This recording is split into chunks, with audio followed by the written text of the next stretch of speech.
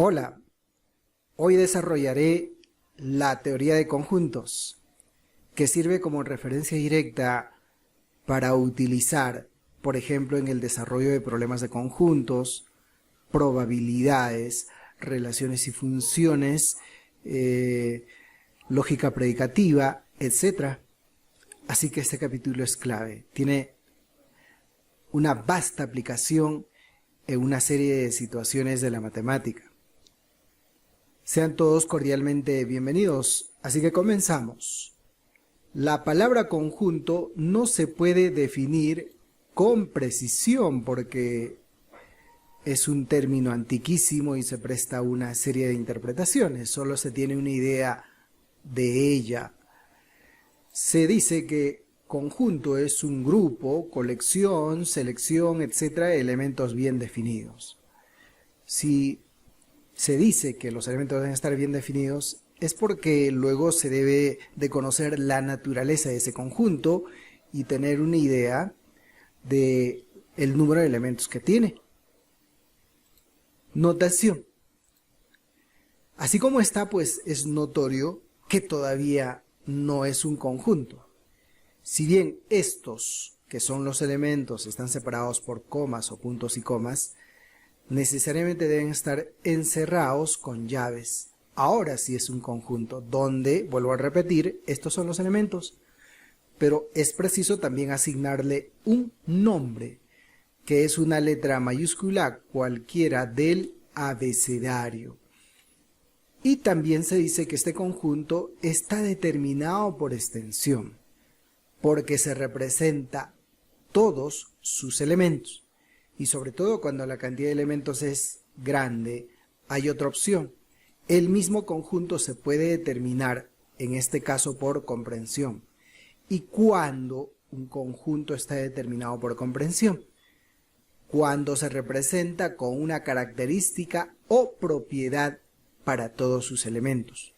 Si por lo menos un elemento no cumple con esa característica o propiedad, está mal determinado. Mientras que un conjunto está determinado por extensión cuando se representa todos los elementos. Hagamos ejemplos.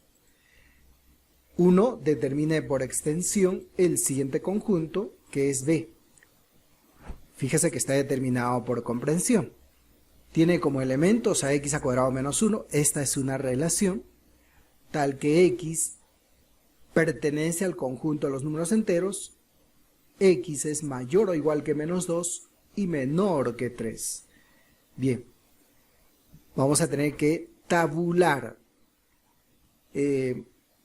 los valores de x en la relación, lo que originará los elementos del conjunto B. ¿Cómo así? Se trabaja con un cuadro, lo que les decía, los valores de x que son enteros y pertenecen a este intervalo semiabierto son menos 2, menos 1, 0, 1 y 2.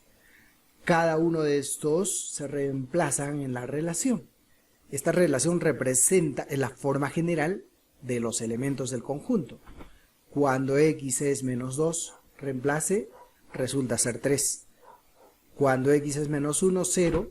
Cuando x es 0, resulta menos 1. Luego, cuando x es 1, al reemplazar en esta relación, el resultado es 0 y luego cuando x es 2 el resultado es 3. Pero si usted observa, si bien estos valores son los elementos de B, pero hay elementos que se repiten. Y bueno, al momento de representar al conjunto B, lo ideal es representar con elementos distintos, como en este caso. Y si hablamos de elementos distintos, solamente son 3, ¿no? A ver, ahora determinemos por comprensión el siguiente conjunto. A diferencia del conjunto anterior, este está determinado por extensión. ¿Y cómo así determinaremos por comprensión? Es preciso encontrar una característica o propiedad para todos sus elementos. Y fíjese que la característica es esta. Observe cómo así hemos determinado o hemos representado cada uno de los elementos en dos términos, donde el segundo término es 1 positivo y lo que varía es el primer término. Se trata de cuadrados perfectos. ¿ya? Consecutivos, 3 al cuadrado más 1, 4 al cuadrado más 1, 5 al cuadrado más 1, 6 al cuadrado más 1. Entonces, si observamos los elementos, pues podríamos ya encontrar la relación que representa la forma general de los elementos del conjunto, y es esta: x al cuadrado más 1, tal que x es entero, siendo x mayor que 2 porque comienza en 3, y va a ser menor que 7 porque termina en 6. Es la manera correcta de determinar por comprensión este conjunto. Ahora, hablemos del diagrama de Venn. El diagrama de Venn es el más utilizado cuando se trata de representar gráficamente un conjunto, ¿no? ¿Ya? Y se trata de una curva cerrada. Podría ser no necesariamente un elipse, como en este caso, sino podría ser también un cuadrado, un rectángulo, triángulo, un corazón. Lo importante es que sea una figura cerrada.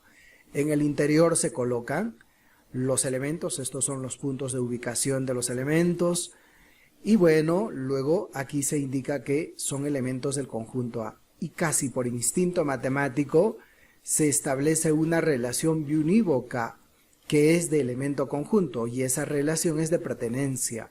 El elemento 2 pertenece al conjunto A, 3 pertenece al conjunto A, 4 pertenece al conjunto A, 5 pertenece al conjunto A.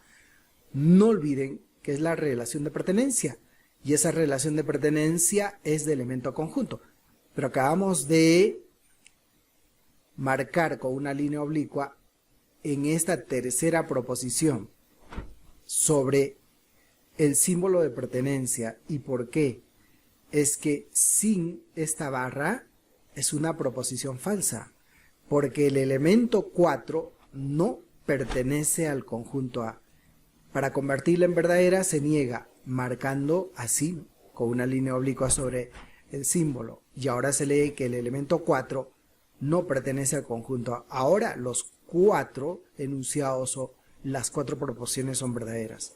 Pero, insisto, esta relación de pertenencia, que es la más primigenia, la que aparece de forma instintiva, es de elemento a conjunto.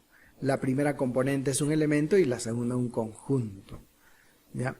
Ahora un atributo inherente a todo conjunto, cardinal de un conjunto. ¿Y qué es el cardinal?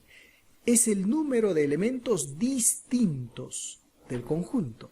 Ojo, es el número de elementos distintos, porque al momento de representar un conjunto, a veces hay elementos repetidos, pero cuando se trata de indicar el cardinal, se debe tomar en cuenta la cantidad de elementos distintos. Bueno, el conjunto A tiene 3 elementos distintos. Ahora hablemos de otro atributo que es recurrente en este capítulo: conjunto potencia. ¿Y qué es el conjunto potencia? Es aquel que tiene como elementos a subconjuntos. Ojo que aquí aparece un nuevo término, ¿no? A subconjuntos, incluido el conjunto nulo o vacío, que es tal vez de los conjuntos especiales el más conocido. Bueno, vamos a explicar esto con un ejemplo. Tomamos como referencia el conjunto A, que tiene 3 elementos, los elementos son 2, 3 y 5. Ya, y partiendo de este conjunto, pues ahora vamos a indicar el conjunto potencia. No olviden que tiene como elementos a subconjuntos. Vamos construyendo los elementos que están separados por puntos y comas. También pueden estar separados por comas, no hay ningún problema. Mira que el primer subconjunto es el nulo o vacío. Luego vienen los subconjuntos unitarios. Es decir, se combinan los elementos del conjunto ya de uno en uno. Pero para diferenciar de estos y para indicar que son subconjuntos, cada uno de estos elementos o cada una de estas combinaciones se encierran con llaves. ¿Entienden? Ahora, estos son los subconjuntos binarios: 2 con 3, 3 con 5, 2 con 5. Pero no olviden que se encierra con llaves. Y finalmente los combinamos de 3 en 3 y resulta pues el mismo conjunto. Es una réplica del conjunto A. Contemos cuántos subconjuntos son. Cuando el conjunto referencial tiene 3 elementos. ¿Ya contaron? Son 8 subconjuntos. pero sorprendentemente de los 8 subconjuntos, todos, excepto el último, excepto ese que es exactamente igual al conjunto dado, reciben el nombre de subconjuntos propios. Estamos hablando de 7 subconjuntos propios. Pero este es un caso particular, decimos particular porque se trata de un conjunto con 3 elementos. Si el conjunto tuviese más, por ejemplo 4, 5, 6, la cantidad de subconjuntos también se incrementa notablemente, porque se trata de combinar de 1 en 1, de 2 en 2, de 3 en 3, de 4 en 4. Cuanto mayor es el número de elementos, mayor será el número de combinaciones. ¿Ya? Entonces, en la práctica no siempre piden determinar por extensión el conjunto potencia de un conjunto, pero sí piden el cardinal, o sea, cuántos subconjuntos se puede formar sabiendo la cantidad de elementos de un conjunto. Y fíjese, el número de subconjuntos de A, que también se representa cardinal del conjunto potencia, va a ser igual a 2 elevado al cardinal de A. 2 elevado al número de elementos de A. Ahora usted entenderá por qué tiene 8 subconjuntos, porque A tiene 3 elementos y 2 al cubo es 8. ¿Y cómo se determina el número de subconjuntos propios de A?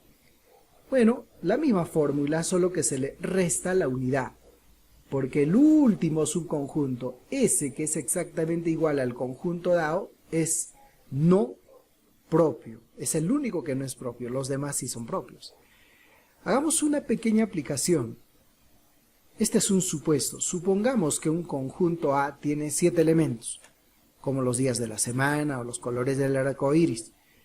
Y lo que se pretende inicialmente es indicar la cantidad de subconjuntos. Bueno, simplemente aplicamos la fórmula, 2 elevado al número de elementos de A, en este caso será 2 a la séptima, y 2 a la séptima es 128. ¿Y cómo se determina el número de subconjuntos propios de A? Será 2 a la séptima menos 1. 2 a la séptima menos 1. Y esto va a ser igual a 127. Pero podemos ir un poquito más allá. Si usted observa el conjunto potencia de A, pues se trata de combinar los elementos, luego de colocar como primer subconjunto el nulo, de 1 en 1, de 2 en 2, de 3 en 3, ¿no?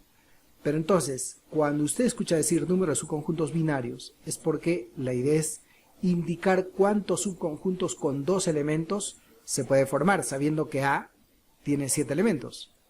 Entonces, hay una forma práctica. ¿Por qué se representa así?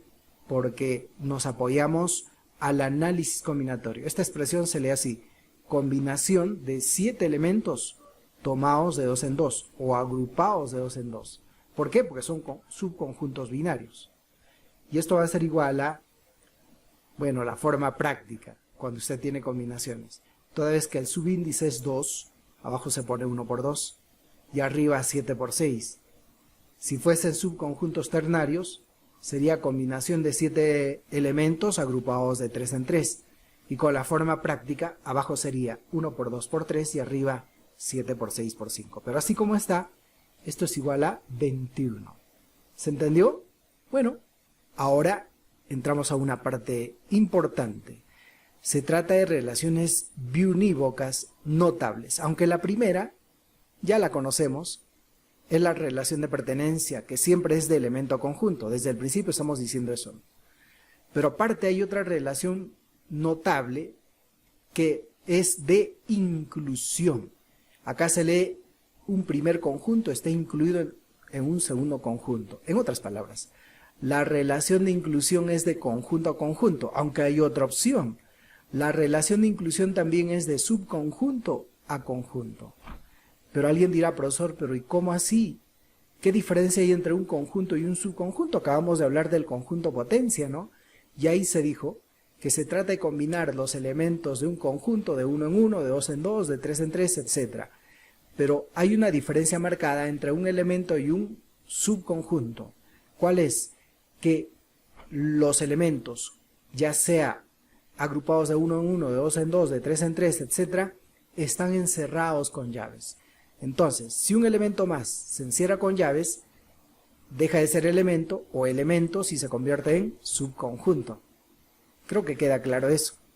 Pero ¿qué pasa si se establece una relación biunívoca entre un subconjunto y el conjunto potencia o de partes, también se le llama así, la relación que le corresponde es de pertenencia. O sea, en otras palabras, cada subconjunto pertenece al conjunto potencia, pero cada subconjunto está incluido en el conjunto, referencia en el conjunto inicial.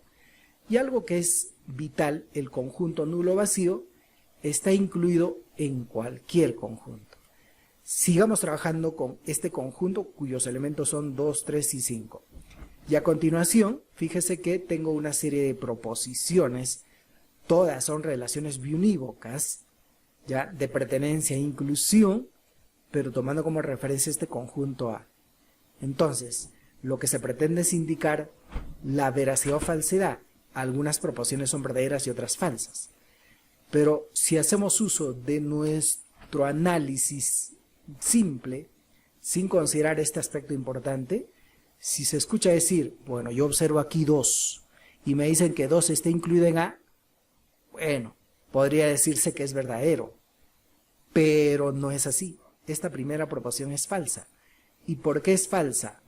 Porque la relación de inclusión es entre dos conjuntos. Mientras que aquí la primera componente es un elemento y la segunda es un conjunto, y de elemento a conjunto es pertenencia. Por eso es falsa la proposición. En la siguiente, se trata del elemento 3 encerrado con llaves. Pero ¿qué pasa cuando un elemento se encierra con llaves? Se convierte en subconjunto. Así que este es subconjunto. Y de subconjunto a conjunto es inclusión, pero acá dice pertenencia, hay una contracción, por lo tanto es falsa la proposición. En la siguiente, en cambio, es verdadera, porque 2 y 5 son elementos, y de elemento a conjunto pertenencia. En el siguiente es falso, porque este nulo no es un elemento, no aparece como elemento. ¿Ve? Entonces, como no es un elemento, no pertenece. Pero acá dice que sí pertenece, por lo tanto es falsa, porque hay una contradicción. En el siguiente, o en la siguiente proposición, podemos decir que es verdadera esta, porque se trata de los elementos 2 y 3 encerrados con llaves. Entonces será subconjunto, y de subconjunto a conjunto le corresponde la inclusión. En el siguiente, 5 pertenece al conjunto potencia. No, pues, el conjunto potencia es referencial a través de la pertenencia con el subconjunto. En otras palabras, de subconjunto a conjunto potencia es de pertenencia, pero acá este no es subconjunto, pues, es elemento, por eso es falso.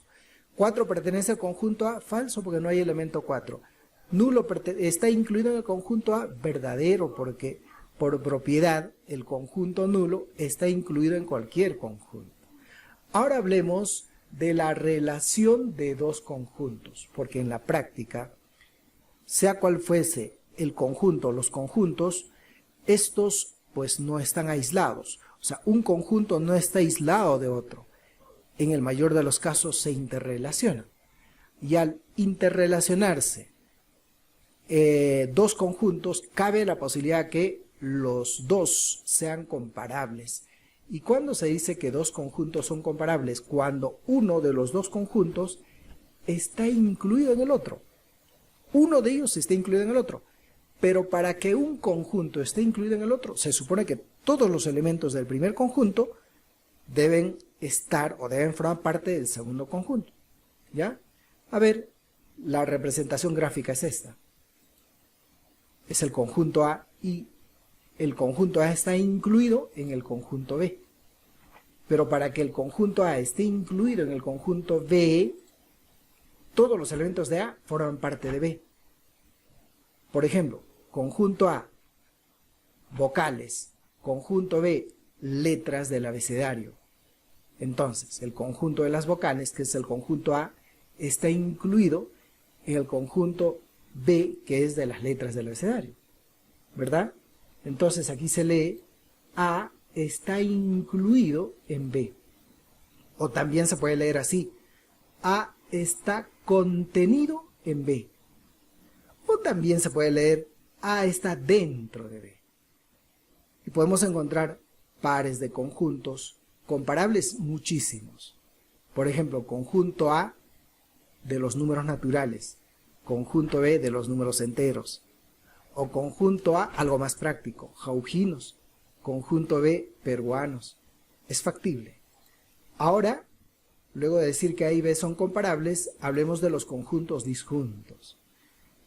Habría que guiarse del prefijo de esta palabra, dis. ¿Cuándo dos conjuntos son disjuntos? Cuando los dos no tienen elementos comunes. Podría decirse que son totalmente diferentes. Y gráficamente van a estar separados. Porque no hay un solo elemento común. Porque si hubiera por lo menos un conjunto, un elemento común, pues serían conjuntos que gráficamente van a estar traslapados. Van a tener un sector común, pero en este caso no hay un sector común porque ningún elemento se repite. ¿Ya? Entonces aquí se dice que A y B son disjuntos. Y algo importante, cuando son disjuntos, no hay intersección. Porque la intersección coincide con ese sector común en donde aparecen los elementos que se repiten. A y B son disjuntos. Ejemplos: conjunto A, números pares, o sea, los elementos son números pares. Conjunto B, los elementos son números impares, siempre van a estar separados. No hay elementos comunes. O lo otro, conjunto A, por ejemplo, podríamos hablar de algo más práctico, ¿no? Casados, conjunto B, solteros. Porque no hay personas que sean casadas y solteras a la vez. Así que es bien fácil identificar conjuntos disjuntos. Ahora, hablemos de los conjuntos coordinables o equipotentes. Dos conjuntos son coordinables o equipotentes cuando existe una relación biunívoca entre los elementos de ambos conjuntos. Como que así no se entiende, ¿no? Relación biunívoca. O sea, se trata de formar parejas. De tal manera que luego de formar parejas no sobre ni falte elementos.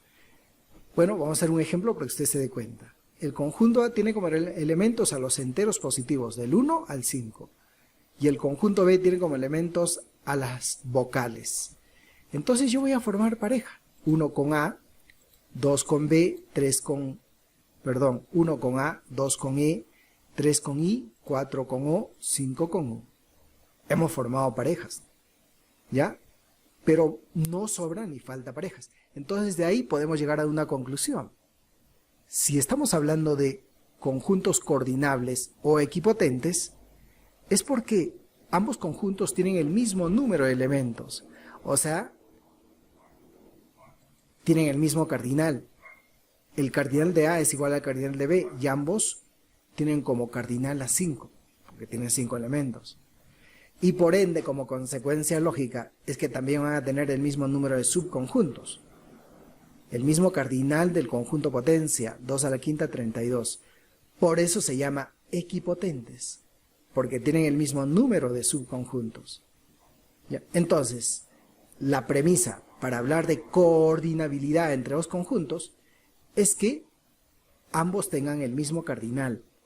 Por ejemplo, el conjunto de los días de la semana será coordinable con el conjunto, por ejemplo, de los colores del arco iris, de los pecados capitales, de las partes de una misa, de los sacramentos, etc.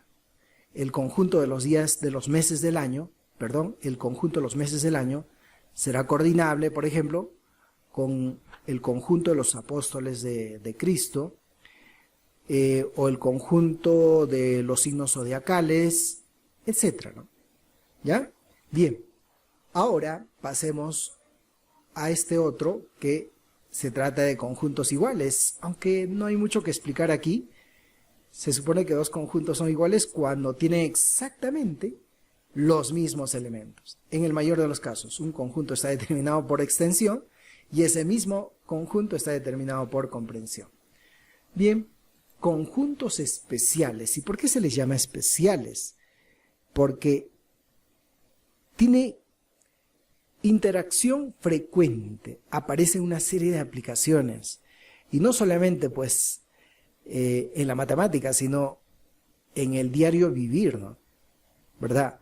Entonces, ¿cuáles son los conjuntos especiales? El primero, tal vez el más conocido, unitario o singleton. Ojo que al conjunto unitario también se le llama singleton. Aquel que tiene un solo elemento. Hagamos un ejemplo. X tal que X es primo par. Y si usted analiza, el único primo par es 2. Porque los demás primos son impares. Un número es primo cuando tiene solo dos divisores, la unidad y el mismo. Hay, por cierto, una serie de ejemplos bastante conocidos, ¿no? X tal que X, presidente del Perú, X tal que X, satélite natural de la Tierra, etc.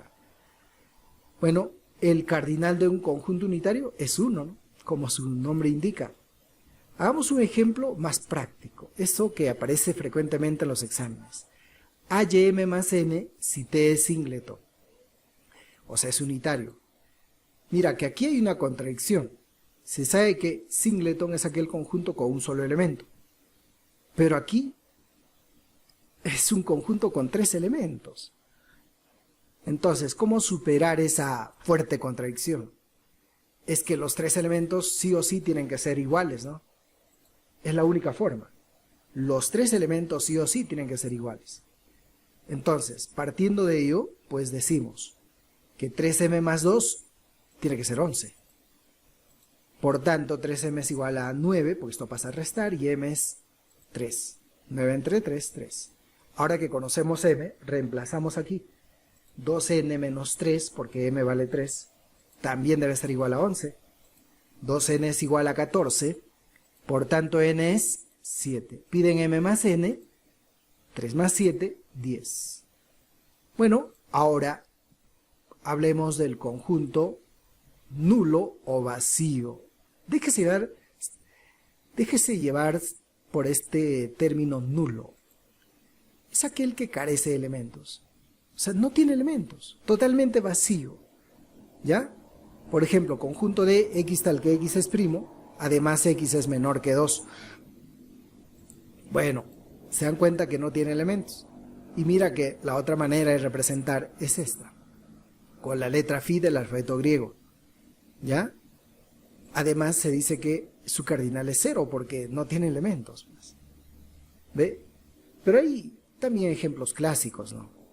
X tal que X, por ejemplo, humano que vuela, solo en las películas, pero en realidad no hay humano que vuele. O X tal que X, por ejemplo, cerdo con 3 ojos, no hay, pues. Son conjuntos vacíos, ¿no? Ahora hablemos del conjunto finito, aquel que tiene una cantidad limitada de elementos. Por ejemplo, el conjunto E que tiene como elementos a X tal que X es divisor de 24. Y sí, pues, tiene límite, ¿no?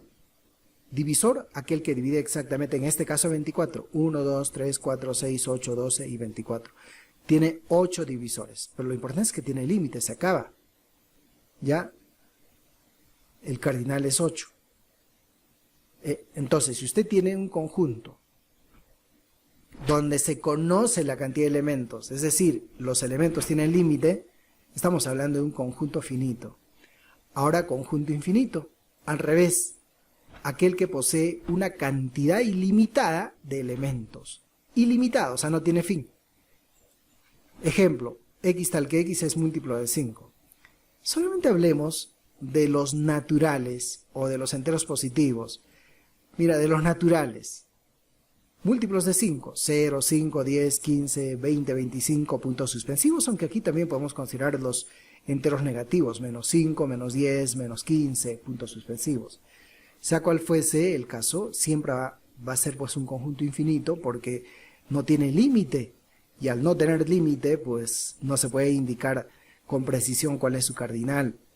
Y hay ejemplos clásicos de conjuntos infinitos, ¿no? X tal que X, estrellas del universo, árboles del bosque, piedras del camino, peces del mar, etc. Muy bien.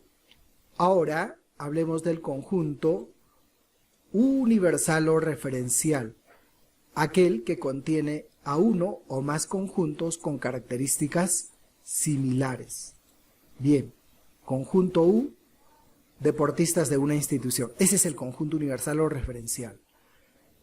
Conjunto A, X tal que X practica fútbol. Conjunto B, X tal que X practica básquet. Bueno, estos dos están dentro del conjunto universal. ¿Ya? Así que el gráfico sería así. Generalmente el universo se representa con un cuadrilátero, con un rectángulo.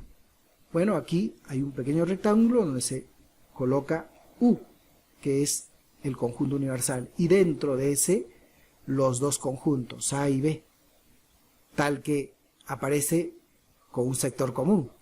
Y es que aquí vendrán los deportistas que practican fútbol y básquet a la vez, que es posible.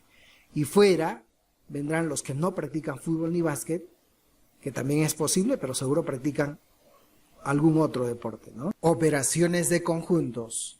Parte importante porque viene frecuentemente en las evaluaciones. U es el conjunto universal. Y aquí están los elementos. 1, 2, 3, 4, 5, 6, 7, 8. Conjunto A, los elementos son 1, 2, 3, 6. Conjunto B, los elementos son 2, 3, 5 y 7. Se recomienda primero representar gráficamente estos tres conjuntos.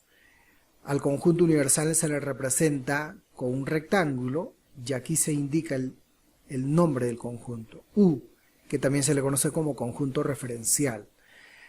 Dentro de él, los dos conjuntos, A y B, gráficamente aparecen traslapados porque hay un sector común y bueno, se comienza identificando los elementos comunes que vienen en este sector común. Y en nuestro caso los elementos que se repiten son 2 y 3. Aquí los elementos de A que no se repiten, 1 y 6. Aquí los de B que no se repiten, 5 y 7. Y fuera de los dos conjuntos, pero dentro del universo, los que hacen falta para ser igual al universo. Y son 4 y 8. Primera operación, unión o reunión. Déjese llevar por el nombre unión. ¿Ve? El símbolo es una especie de parábola que se abre hacia arriba. Y en esta operación se unen los elementos distintos de los dos conjuntos. Al unir, pues tendremos los siguientes elementos, 1, 2, 3, 5, 6 y 7, y corresponde gráficamente a esta región achurada, la región sombreada. Es que se trata de unir los elementos de estos dos conjuntos. Es por eso que los elementos son 1, 2, 3, 5, 6, 7. Es más, podemos decir que su cardinal es 6. La simbología. A unión B tiene como elementos a X tal que X pertenece al conjunto A o X pertenece al conjunto B. Intersección. Muy conocida esta operación. El símbolo, una parábola que se abre hacia abajo. Al revés, ¿no? La forma invertida de la unión. Pero ¿qué elementos se consideran en la intersección? Elementos comunes o elementos que se repiten. Y de frente nuestra mirada, nuestro análisis está focalizado en este sector central. Así que los únicos elementos que se repiten en A y B, aparece en la parte sombreada, son 2 y 3. Simbología, A intersección B tiene como elementos a X, tal que X pertenece al conjunto A y X pertenece al conjunto B, o sea, pertenece a los dos. ¿Ya? Es bien simple determinar pues los elementos de la intersección de dos conjuntos. Diferencia A menos B. Bueno, en este caso, A menos B tiene como elementos a los que pertenecen al conjunto A, pero no pertenecen al conjunto B. O sea, son elementos de A, pero no de B. Y fíjese que aquí aparece la región oscura, la región sombreada, de A menos B. Al conjunto A se le quita el conjunto B, solo queda este sector. Los elementos de A menos B son 1 y 6. Simbología. A menos B tiene como elementos a X, tal que X pertenece al conjunto A y X no pertenece al conjunto B. ¿Y por qué no pertenece al conjunto B? Porque dice A menos B. ¿Y qué pasaría si tuviera B menos A? Será el conjunto cuyos elementos son de A, son de B, pero no de A. Y mira que aparece la parte sombreada de inmediato, elementos de B, pero no de A, B menos A. Y la simbología será X tal que X pertenece al conjunto B, pero no pertenece al conjunto A. Diferencia simétrica. Bueno, el operador de la diferencia simétrica es un triángulo.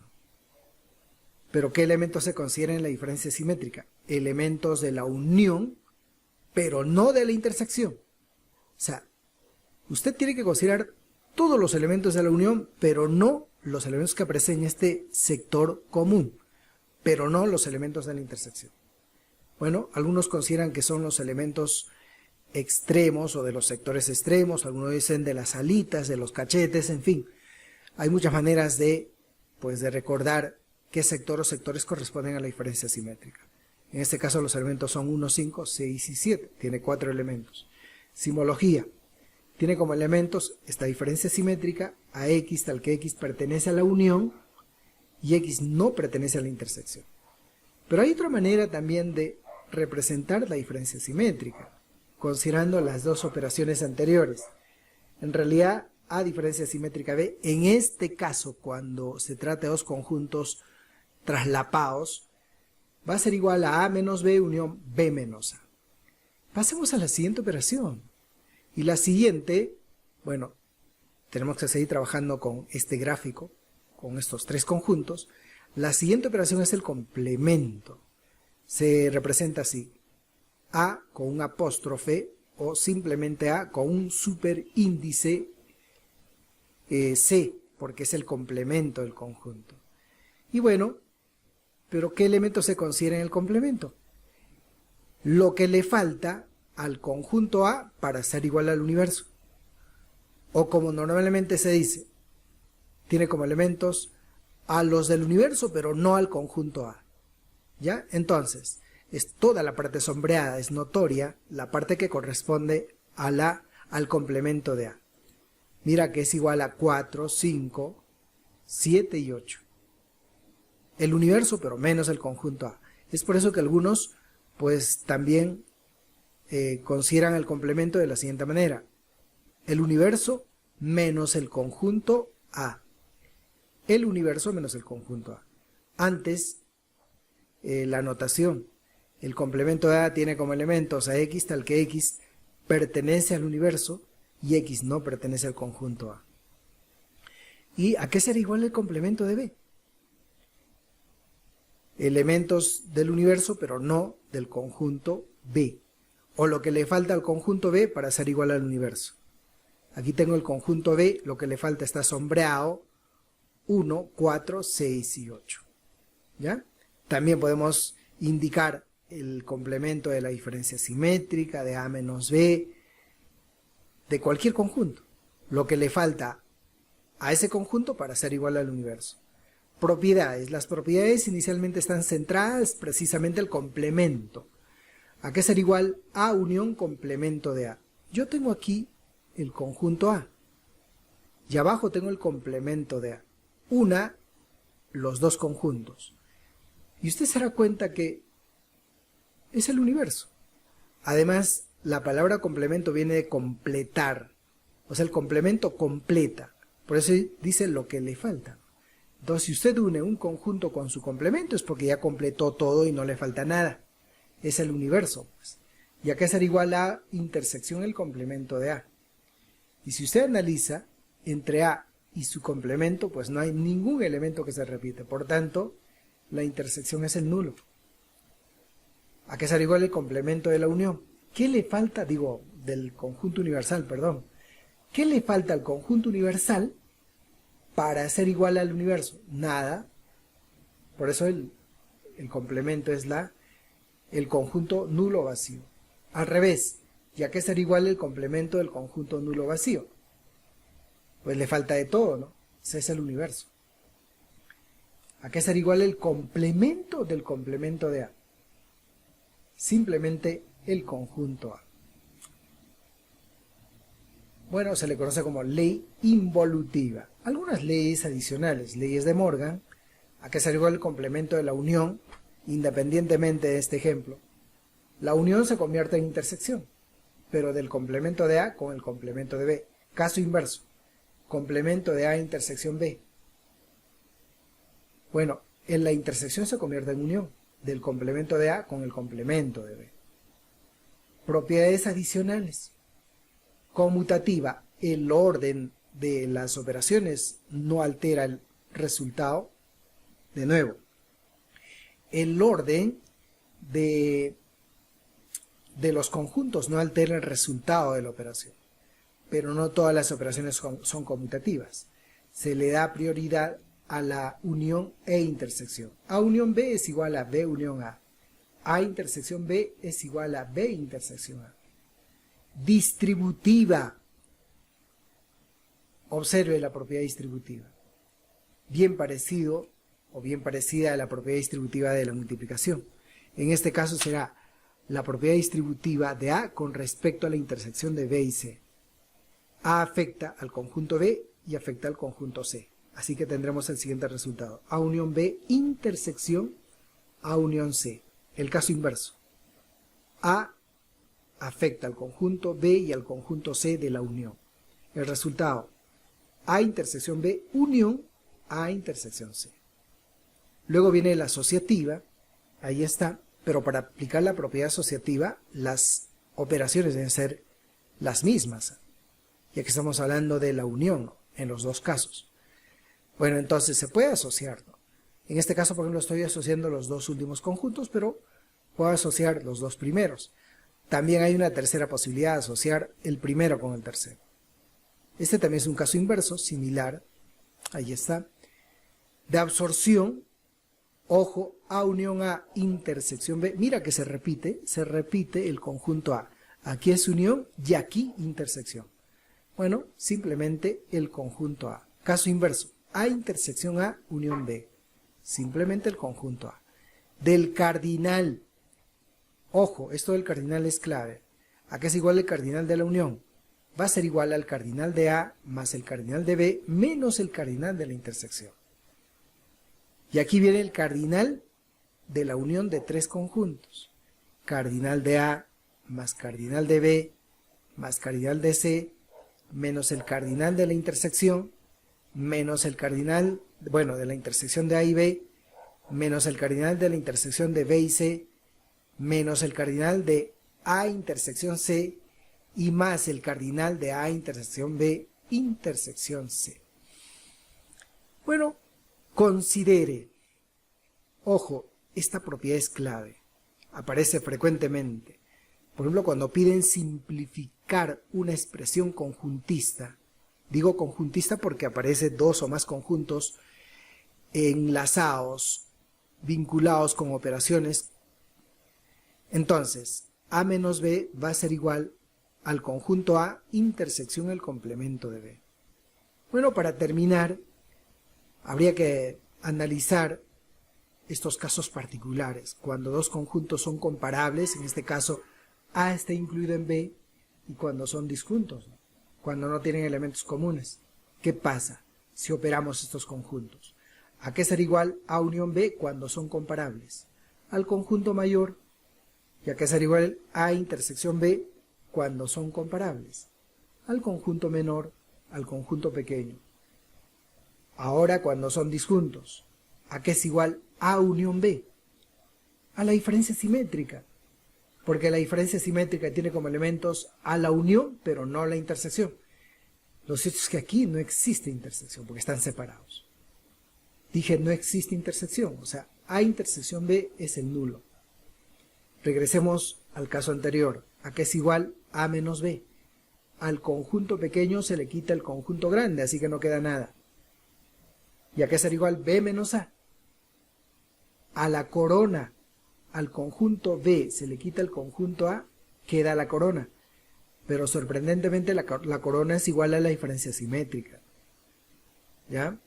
Ahora cuando son disjuntos, A menos B, simplemente el conjunto A. B menos A, simplemente el conjunto B. ¿A qué es igual el cardinal de la unión cuando dos conjuntos son comparables? Va a ser igual al cardinal del conjunto mayor y el cardinal de la intersección al conjunto menor. Aquí, cuando son disjuntos, el cardinal de la unión es igual al cardinal de A más el cardinal de B y el cardinal de la intersección 0. Bueno, última conclusión. si no se conociera estas condiciones previas, pero piden el menor cardinal de la unión de dos conjuntos, vamos a tener que suponer que los conjuntos son comparables. Por tanto, el menor cardinal de la unión será igual al conjunto, al cardinal del conjunto B. Pero si pidieran el mayor cardinal de la unión, tendríamos que suponer que los conjuntos son disjuntos.